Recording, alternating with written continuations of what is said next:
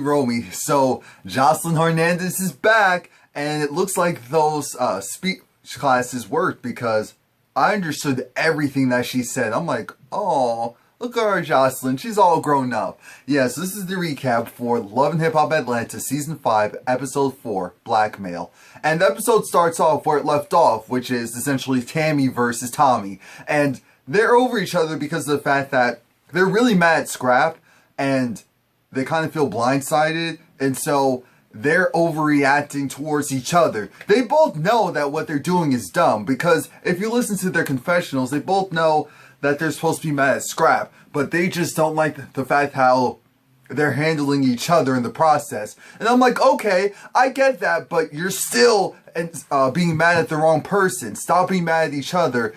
Tommy, Scrap, as far as we know, is a good father, and he also helps you out with your other kids. So I need you to stop this whole, as long as he's dealing with Tommy, he can't have any involvement with his son. That is crazy to a certain degree. I do understand that because you didn't know about the fact that he had your son around Tommy for over a year, and then you have issues with Tommy now. I get it, but we need to work something different out. Because that's still not cool. So we're going to go past that because that's a mess. And again, the white security guard, who I'm guessing is head of security there, he's like, this is actually a nice establishment. We can't have you fighting. So he was telling Tommy, sit down. Telling Tiara, sit down, because Tiara was ready to do something. We're not sure what, but she was ready to do something. And so he was like, sit. And then he was like, no, I'm cool. Then she goes and she hits Scrap. And then it was like, take her out. She's like, no, I'm cool. I'm like, how are you cool and you just hit him? You can't be cool. And Karlie Red is back in LA. She's back in LA with Life Jennings because, as we already knew, Karlie Red was working with Playboy. So she's at her Playboy shoot. And she's also getting a Playboy, or technically already has a Playboy radio show, podcast. However that works. And her and Life are doing well. And Life likes the fact that Cardi B isn't about the drama like she used to be. She's about her business. I'm like, okay, that's cool if you think that that's what it is. But you'll find out soon enough that that is not what it is. And I'm like, Karlie is messier than ever. You just don't know it. Joselyn is back on the scene. And has this whole, they're back in Atlanta. She was happy being in LA, but she understands for financial purposes, whatever. But Stevie's gonna have to make it up to her. And so they're going ring shopping, I guess, for a better ring. And she's just talking about how, alright, so what's currently going on? What did it do? And he's filling her in. And the interesting thing is that, like I said, this is definitely a new Joselyn. This is the Joselyn of, I'll have to fight. I can use my words. This is when you can tell Joselyn's been making real money. And she's really been sold a dream over there in LA, because clearly a lot of people were like, do not get into your old ways because that will mess with your stardom. Because Joselyn is a star, and so she does really need to start acting like it, and it seems like she is. Because we would so want her to be a little messy, but just not the whole, I'm not about to misrepresent myself in the absolute worst way. So shout out to Joselyn for the growth. Stevie's filling her in on the fact that Mimi is actually has a girlfriend. Joselyn was just like, oh, okay. Well, I guess, that time when I ate her out, it must have done wonders for her life. And we were all thinking the same thing. It was just like, yeah, Mimi clearly isn't a stranger to a female appendage, if you will. The female anatomy. So she was just like, alright. Yeah, I'll go and be here. I'll go and see what's currently going on. Yeah. And I have business to handle. Oh yeah, and Tommy's acting a fool. I had to check her because we were cool when we were out in LA. But she can't be going and doing this and that out in the street. She has to act like a lady. I almost want Shanae just to come out just to be like, act like a lady. Alright, and Rasheeda is conducting a meeting at press because she needs to tell her employees because it seems like all of her employees are her family members and they're on the payroll. Kirk's older daughter is there as well. And as you know, that's Kirk's older daughter from a previous relationship. And so Rasheeda's stepdaughter. And Rasheeda was just like, no more eating on the floor, no more being late. And then that's when Kirk's daughter looks like, ow, well, you know, as a single mom, I'm late because I'm dropping him off at daycare and do all this stuff. And I'm like, oh, okay, slow your roll. Slow your roll. And she's just like, look, because I am not pressed to be working at Pressed. I want to do music. I want to do this. I want to do that. I'm only working at Pressed for a paycheck to take care of my son and to pay for my music. And I think to myself, okay, shout out to you for that. On one hand. On the other hand, it's just like, oh, so you are pressed for Pressed because you need a paycheck. So you need to get there a little bit earlier. How are you late every day and get away with that? I mean, really. In the real world, that doesn't happen. It's like you want all these things, but they're not just going to be gifted to you. You're going to have to work for it. And so she's with her, telling her father, okay, because Kirk shows up and Rasheeda's just like, why are you here? Why don't you go to your business and let me handle mine? He was like, I have a vested interest in this business. I'm like, no, Rasheeda, you need Kirk to be there because that's his daughter. Regardless if she's your stepdaughter, that's his daughter first. So you need to have him talk to her regarding that stuff if you really want to change, because clearly you have a general buddy-buddy relationship with her, and so that's why she's not taking you too seriously. Alright, so Kirk was just like, I have this showcase of these new artists, so I'm gonna go and have you be one of them as long as you have your stuff together. And she was like, okay, that's cool, because he was like, of course I believe in you, because she was like, do you believe in me? It's like, of course I believe in you, but you have to put in the work. This is not easy. And she was like, you know, I grew up literally watching Rasheeda do the stuff and I want to do it as well. It's just like, okay, yeah, but again, you have to put in the work. Nothing will just be handed out to you just because you're cute, just because you possibly have a voice or have a flow, doesn't mean you're going to blow up. Well, nah. In today's world, yes, it does, but we'll just pretend that that's not the case. Alright, we skipped to Mimi talking with Jessica Dime, because as you know, last year when they were trying to do this whole management thing, that didn't work out so well.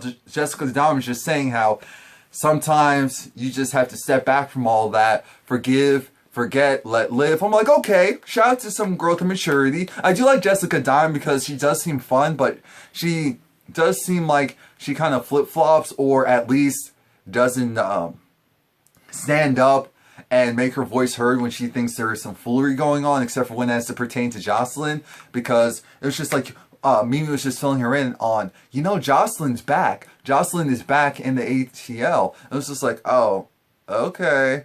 And they have a sit down because she was just like, you know, Mimi, at your party, you know, the girl Tiara, she was one of the girls that were fighting, and honestly, she was bamboozled when she was there. So I just want to be honest with you. She did not know about the fact that Tommy was the girlfriend of her baby daddy. And so she was blindsided. It wasn't just she was there to act a fool. And so that's essentially the same thing that Tiara said, because originally Mimi was over. It's just like, yo, I was throwing this party for my girlfriend, and the whole thing with that is, again, it keeps throwing me off that they keep seeing girlfriend if Chris doesn't identify as being a male but doesn't want to go and transition.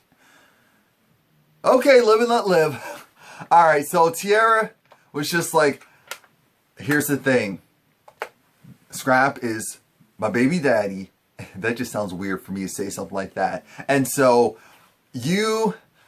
I know you understand. I'm going to pretend like you don't, but of course you do, that I was bamboozled. I didn't know who his girlfriend was. She stalked me at my job, and then she invited me out to this party, and I didn't even know it. So then by the time I got there and all that foolery occurred, because of course she did apologize. She was like, I am sorry that I cut up at your party. That was a terrible impression.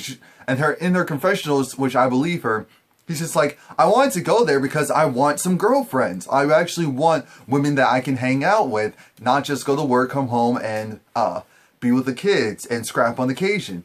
And so Mimi was just like, oh my gosh, oh my girl, I'm so happy I don't have to deal with this stupid storyline. See, that's what happened. They got new characters to go and deal with the same thing, or so we thought. There is a twist, but Mimi was just like, you know what, girl, I got you. I understand because I went through the same thing with my ex and his woman, and so it's not fair when people come in our lives and we are blindsided and all that stuff. So I'm like, okay, Mimi, shout out to Mimi. The growth and maturity, shout out to Mimi for that. After that, we get Joselyn officially back. Oh, not officially back, but Joselyn meets up with Tommy. Joselyn was like, you know, when we're in LA, and Tommy was repeating the same thing, reiterating the same thing. When we were in LA, everything was cool, and now it's just Joselyn, but I come back and I hear that Tommy's acting a damn fool. It's like, no, you have to learn how to use your words. You can't be just cutting up. You're supposed to be, well, she didn't say you're supposed to be a lady. She's like, you are a lady. You are classy. So what you're doing isn't. And Tommy was receiving it because it was real. See, the thing is, I feel like I like Tommy. I feel like I already liked Tommy. I didn't like her antics, but I like Tommy overall just because I definitely feel like you are getting the real with her. Just like with Tiana. With the new people, I do feel like you're getting their true authentic selves. So I appreciate that. But I just wish that she didn't do those antics because if it wasn't for that, we'd be cool. Because she's a little bit crazy and that's entertaining. And so Tommy, again, was just saying how she came together with Tiara and they had a fight. They scrapped. Clearly they're on different sides and it's Scrap's fault, but you know, at the end of the day, if a girl's gonna come up with me and press me, I'm gonna press her first type of thing. And Joselyn's just like, oh my gosh, I used to be you. I used to put my hands on people for borderline no reason just like you. But here's the thing, if you want to make real money, if you want real success, you're gonna have to go and debt that. Because at the end of the day, that will mess with your opportunities. That will mess with your general image. That's only cute for right now. That's only cute for right now because you don't know any better. You don't know any better. But I do. Because follow me. Let me be the blueprint for all of you ratchet for all you ratchet ladies to go and elevate yourselves. And I'm just like, damn, Joselyn, the therapy, the money, the opportunity, the LA laid back lifestyle must have really worked numbers. Really done wonders for your personality. Because I'm like, who is she? And where can we get more of her? Because I like this new, more adult Joselyn. Now, let's see how long this lasts. I hope this lasts throughout the rest of the season. Because you know how it is with dealing with some of these, the foolery. Now, K. Michelle is in LA, remember. K. Michelle is in LA. And so is Karlie right now because she has her other store in LA. So K. Michelle goes and visits Karlie, and K. Michelle and Karlie were just talking about the fact how, you know, of course she has big things going on with her store, with Playboy, and it was just like, okay, so back in Atlanta type of thing, because K. Michelle is cool with Joselyn, and so when Karlie's talking about Joselyn, K. Michelle keeps it very cute because this is like, I'm cool with this chick, I'm cool with this chick, I'm just gonna straddle the fence, not make any waves. That's how this thing's gonna work out for me because that's what I have to do. And K. Michelle, I mean, because Karlie's just like, you know, at the end of the day, oh yeah, and what's her name? And Tommy also reiterated the same thing that Karlie said to her. It's just like, look, I was cool with Joselyn. I feel like I was one of the few real friends that Joselyn had, and Joselyn turned on me. And for the most part, that is true. Karlie is messy, and so when Joselyn was irritated with what was going on in her personal life, she wasn't ready to hear anything that Karlie had to say. She wasn't in the mood to deal with Karlie's messiness anymore, and that's really what happened. That is really what happened. So I could see them being chum-chum within like the next couple of episodes or by the end of the season or something like that. Then it was just like, you know, I can't be cool with her because of how she played me. She really tried to play me, throwing flowers in my face and all this other stuff. Now, we get past that and Tiara meets up with Scrap, and Tiara's just like, look, so did you go and break up with Tommy? Oh, no, you didn't do that? did you go and do everything that I said yes? Oh, no, you didn't do that? Okay, so you're still not going to see your son. And I'm just thinking, like, Tiara, we appreciate you. We understand. But I don't feel like that's right. I understand where you're coming from. You have to protect your son because Tommy is a little off. And also how she went at you. And really, it wasn't your fault. But let's try and figure out something else with the... Because you already have the issues also with his family. So KK is not going to... KK is not going to take this sitting down. We already know that. So that's going to be a mess all in itself. And now I do kind of understand why KK feels a certain way about Tiara. Only because Tiara is very forthcoming with information. She's clearly one of those people that were never taught everything isn't for everyone.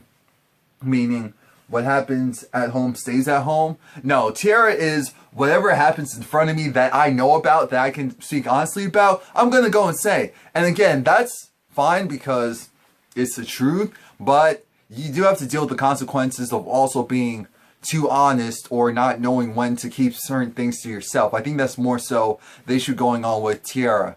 And we get Scrappy and Rasheeda. Scrappy and Rasheeda talk, and their issues, of course, are... Scrappy's just like, okay, so where were you? And Rasheeda was just like, wait, so I was filming Rosewood, and you wanted me to go to your event, and that really wasn't my issue to start with. And of course, also, let's just mention it was a conflict of interest, because Rasheeda is friends with Erica, for real friends. And so, for her to go and support Scrappy, that would be a direct betrayal to Erica. But I just wish everyone was just more adult about this. I wish that Scrappy had the foresight to see that this was a huge conflict of interest, even if he asked them. He shouldn't have ever honestly asked them to do something like that. That's the main issue. And he never should have been in a situation where he would have to ask them to do that. Let's just be honest. Let's just be honest. And it was also foul of them for them not to give him a heads up on, you know what, we're not going to make it. They were just no-shows. I mean, that is the worst thing you can do to someone, period. Just like ignoring them, that is a form of ignoring them. KK is talking with Scrap, and Scrap's filling her in on what's currently going on. Of course, KK's livid that Tiara's trying to threaten Scrap as far as not allowing him to see his son. And also, it was just like, oh crap, another thing to check on the list on why KK doesn't like Tiara. And it was like, okay, so what's going on with Tommy? It's like Tommy's Tommy. It's just like Tommy needs to be cooler than what she's been doing because she's been acting a damn fool as well, and that's not a good look. And it was just like, so what are you gonna do? It's like, I don't know. It's just like, don't make me come and have to handle it. And it's like, no. And then KK was just like, you know, of course I'm the grandmother, and grandparents, as we know in general, they love their grandkids. I mean, they treat, if they were good to their kids, then oh my gosh, their grandkids have it made. And even if they weren't good to their kids, their grandkids still have it made. That's just how it is. It's a completely different relationship because they don't have to, they can just spoil them and then send them back to their parents, send them back home. They don't have to go and really discipline them. So that's why it just always comes off as unconditional love. And so that's why she was like, so basically she's also saying that she doesn't want her son around me as well, which is ridiculous because I always show my grandbaby unwavering and an undeceivable amount of love and support. So I'm like, okay, you guys need to handle that because that could get bad very fast for the baby. And Joselyn and Karlie Red sit down, and Joselyn's just in this cool, calm, collected spirit and mode, and she's just like, you know, I'm here, I'm happy, I'm fabulous, and I can actually enunciate now, so I'm an unstoppable force. I'm unstoppable force. I have my church video. Everything's going well for me. I'm going to have this party. I'm going to invite everyone. I'm going to invite Mimi. Everything's going to be good. But I need to figure out this loose end. This loose end named Karlie Red. And she was just like, Karlie Red was just like, Joselyn, we were friends and I did have your back, but you blew up on me. And so that's why we aren't friends anymore. And so now we have this issue of, what are you going to, we have these issues and it just seems like you don't really care. And Joselyn's just like, yeah, that's cool, but I have information for you. And do you want, look, are you gonna? Then Karlie's like, oh, what you got? What you got? What's going on? I was like, what the? And Joselyn was just like, oh, so are you gonna be cool? Because you're not gonna be cool, I'm willing to give you the heads up on this information I have for you. Say that Joselyn also told Tommy that, Tommy, now be cool, be calm. I have some information for you. You see your man Scrap? Yeah, well, he has a significant other. And no, it's not Tiara. It's not the baby mama. It's some ugly, basic chick with a lot of money. I'm just like, damn. That'll do it. That'll do it. And she's just like, yeah, there's another woman, and neither of you even know about it. So while you two are arguing and fighting each other, you need to be going at this chick who is going after Scrap, and also this chick. Figure it out. And you know that Tommy's gonna go off on him at some point. Yeah, and so that was pretty much the episode. Next week, we're gonna have Joselyn and Mimi come together, and yeah. So please like, comment, subscribe. Tell me what you think. I really like the direction that this show is going, because at least you can see the people who are on the originals are more mature and aren't about the pettiness and BS like they used to be. But yeah.